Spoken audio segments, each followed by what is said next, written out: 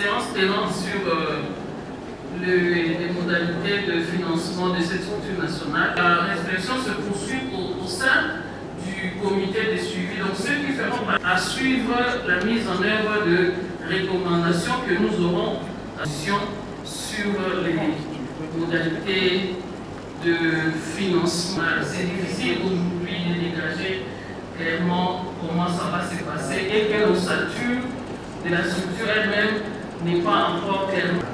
La façon dont fonctionne CPS, à ce titre, moi je pensais que si nous avons le comité va se mettre en place et définir les modalités, parce que l'honorable traite des questions liées à la violation. C'est pourquoi, une fois le comité créé, la date du pouvoir déclarer.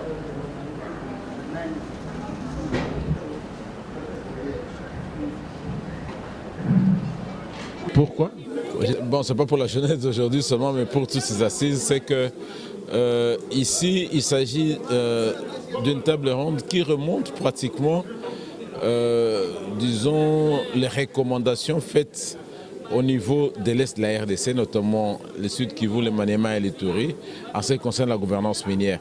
On a un certain nombre de préoccupations dans la gouvernance minière du secteur, surtout artisanal, qui devront avoir de réponses à Kinshasa, parce que c'est là où on a les chefs des institutions, c'est là où on a les décideurs politiques. Et c'est de plusieurs ordres. On a le problème du cadre légal, qui est un problème. On a le problème de la lutte de la fraude, on a le problème de la redevance minière, donc le droit de communauté. On a des problèmes liés à la sécurité, parce que vous savez qu'aujourd'hui, on parle de minerais de conflit, et donc il faut couper les liens entre la présence de groupes armés et l'exploitation minière. C'est autant de questions qui doivent trouver des réponses ici à Kinshasa que nous avons portées ici.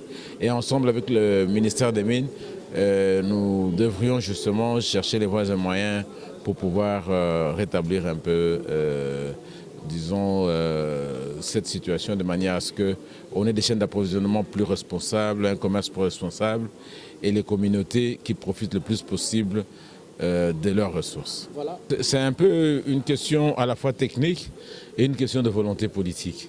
Technique parce qu'il faut des décisions en termes d'arrêtés, etc. Mais on a quand même des avancées. C'est notamment le fait que pour le droit de communauté, par exemple, il y a des arrêtés qui sont signés pour le manuel de procédure, pour que ce soit effectif les 0,3% de dotation, par exemple. Il y a les statuts de mines bleues qui ont été acceptés et domestiqués tels que prônés par la MRC.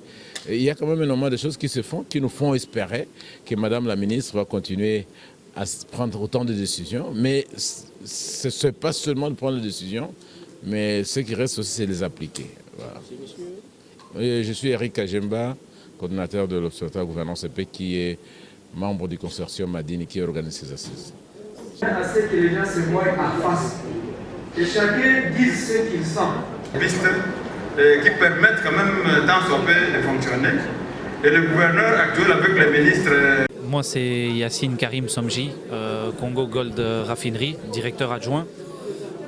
J'ai été invité à cette table sur la gouvernance minière. Je remercie tous les organismes qui m'ont envoyé cette invitation. C'est une journée qui est assez importante pour tout le secteur minier. Ça permet d'exposer tous les problèmes et toutes les améliorations qu'on peut avoir ensemble. C'est surtout important qu'on le fasse tous ensemble. Donc c'est vraiment une bonne idée et une très très bonne initiative d'organiser une table ronde de ce fait, surtout à Kinshasa, à la capitale. Nous, on est déjà à la fin, on est à plus de 90% de la construction. Bientôt, on va faire les testings des machines. Donc là, pour l'instant, nous sommes juste en train de faire les finitions du bâtiment, des meubles et tout ça. Tout ce qui est usine, machine, tout est déjà installé. Merci. Quel modèle écosystémique?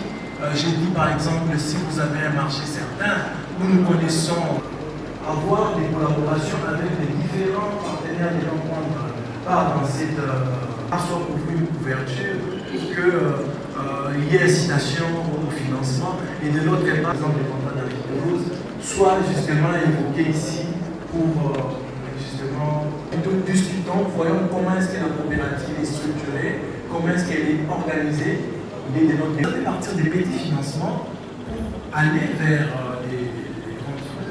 les grands financements. Pour cette première journée, on a essayé de traiter quelques panels sur les recommandations qui ont été formulées dans les 3 provinces, Ituri, Nord et Sud Kivu. Et je crois bien que ça va continuer demain et après-demain. On aura les résultats finaux le jeudi. Ituri. Pour cette première journée, on avait formulé des recommandations surtout sur la fiscalité et la gestion minière, comme ça se passe dans notre province.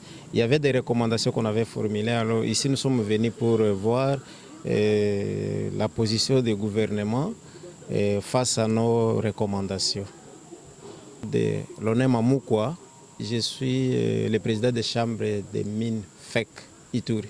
Du secteur agricole, avec les cafés par exemple de l'Est, où nous avons des champs des cafés au niveau de Ituri, au niveau des Calais, au niveau de Minova. Ça c'est un modèle justement de financement. Alors par rapport à la sécurisation des agents crédités, puisqu'il a apporté des cash physiques, et le compte de celui-là qui propose ces services est crédité. Recommandations des tables rondes qui se sont tenues au nord Kivu, au sud Kivu et en Ituri. Et le thème principal, c'était la gouvernance minière et sécuritaire dans les 3 provinces concernées. Et à la fin de ces 3 tables rondes, il a été convenu que les recommandations dont la mise en œuvre engage la responsabilité des autorités publiques au niveau du gouvernement de la République devraient être portées à leur connaissance pour qu'ils puissent prendre des dispositions en termes de décisions ou de mesures de manière à rencontrer les préoccupations soulevées par les différents participants aux tables rondes que nous avons citées en avant. Puis on a beaucoup plus insisté sur les recommandations relatives à la lutte contre la fraude et la contrebande minière dans les secteurs aurifères. Nous avons aussi parlé de la problématique des prélèvements et de l'exploitation minière illégale dans les parcs nationaux et les aires protégées. On a fustigé le fait qu'il y a beaucoup d'efforts qui sont fournis pour essayer de tracer l'or d'exploitation artisanale. Il y a beaucoup d'initiatives, que ce soit en interne ou d'initiatives d'origine étrangère. Il y a beaucoup de projets pilotes autour de la traçabilité de l'or, mais les résultats ne sont pas à la hauteur des efforts fournis. Et c'est pourquoi il faut innover. Et c'est ça l'objet même de cette table ronde, pour voir qu'est-ce qu'on peut apporter de nouveau pour essayer de résoudre la question de la traçabilité de l'or qui constitue un casse-tête pour la République démocratique du Congo. C'est madame, hein? Je suis moi, Yvette, je suis présidente de la Chambre des mines du Nord Kivu.